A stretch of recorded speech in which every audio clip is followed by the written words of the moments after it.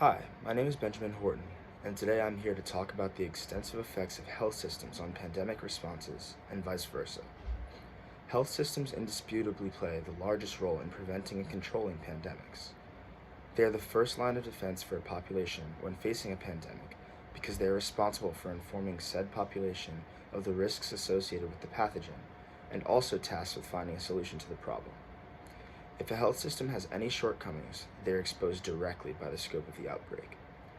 Without adequate health systems to create a united front in regards to the tracking and treating of the pathogen, said pathogen could spiral out of proportion with respect to the targeted population, and many people could die.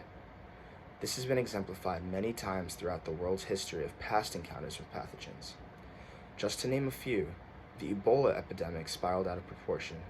Same with cholera in Zimbabwe, Zika in many of the countries it impacted, and polio on a worldwide scale as a direct result of a lack of a fully structured response by an overseeing health system. With this being said, pandemics can also have unprecedented effects on health systems as well. When a health system faces a pandemic, many things can occur. They often expose flaws in health systems and in some cases overload them. This was abundantly evident in the Ebola crisis.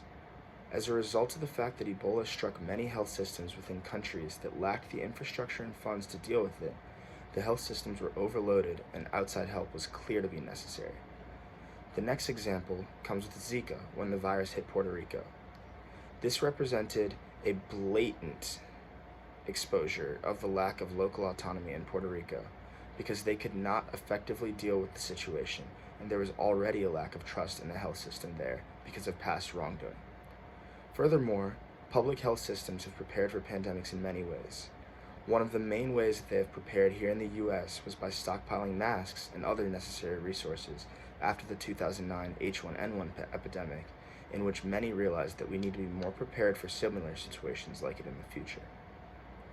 While there is a lot health systems can do to prepare for epidemics, there's also many unknowns that we cannot always account for, as shown by the COVID-19 pandemic, where we began to produce masks and ventilators in excess after the pandemic came to be. Yet we subsequently learned that ventilators do not actually make a significant difference in the care of COVID patients. There's nothing we could have done to find that out other than just trying it.